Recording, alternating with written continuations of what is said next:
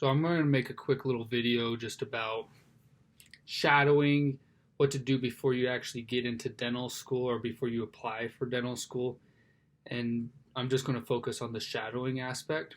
So for dental shadowing, you want to make sure that you're shadowing a couple different dentists. You don't want to just shadow one dentist the entire time because they want to see that kind of diversity, that you've seen it from a bunch of different points of view.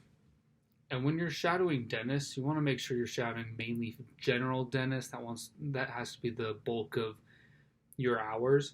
You also want to you can do a couple from specialties. That's not a big deal, but mainly focus on general dentistry.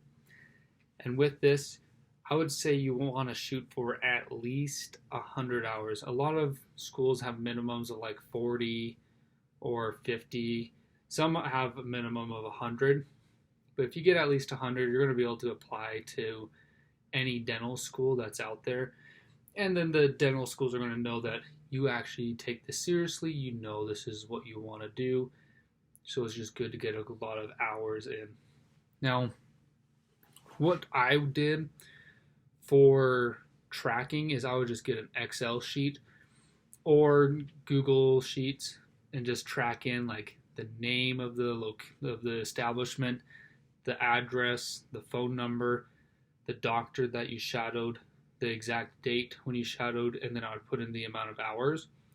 And I just totaled that up, and like every time I would shadow, I'd make a new line for the new place, the new dentist, and all that.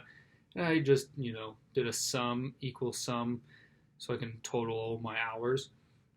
But doing that, it's a lot more manageable. And then when you do the application, you have all the information right there and you can just plug it in so you don't have to look everywhere and call people and ask them questions again. It's just good to just get all that done so it makes the application a lot more smoother.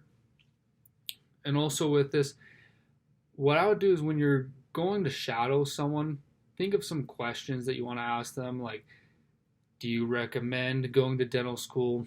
What are the pros and cons of dentistry? What's the hardest things that you have noticed while being a dentist? What's something that you didn't expect? You don't want to ask them their income. They're not going to tell you their income. That's kind of personal. You can just be like, how is it as a career? Like, do you regret anything? Just a lot of questions like that. Then you actually know if this is really something you want to get into.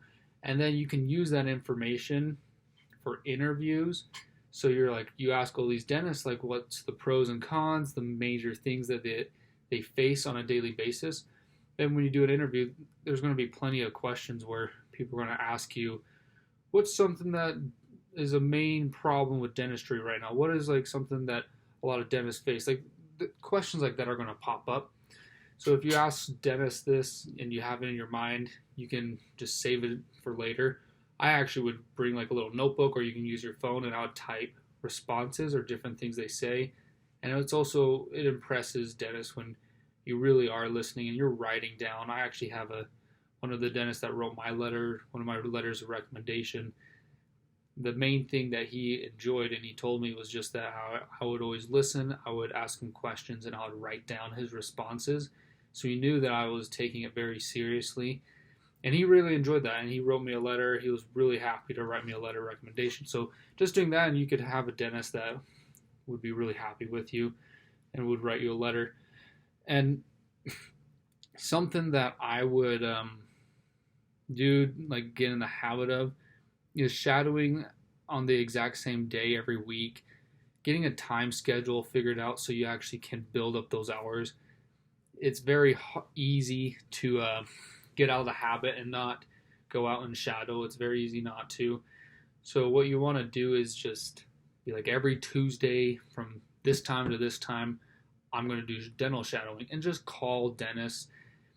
Most of the dentists that I shadowed, I never met, never knew beforehand. And I would just call their office and I would be like, hey, I've heard great things about your dental office. And I give them a compliment. I just would love to be able to have the opportunity to shadow Dr. So-and-so. And then the receptionist will normally be, okay, give me a second. They're going to ask the dentist. And almost every single time, a dentist is going to let you shadow because one, they know how it is. They know what it's like in the pre-dental stages trying to get into dental school.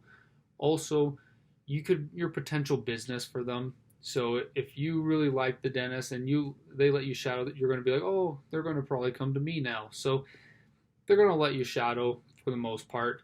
And when you do shadow, ask questions at the appropriate time. Don't ask them like when they're talking to a client or what. So ask them like in their office or in their downtime.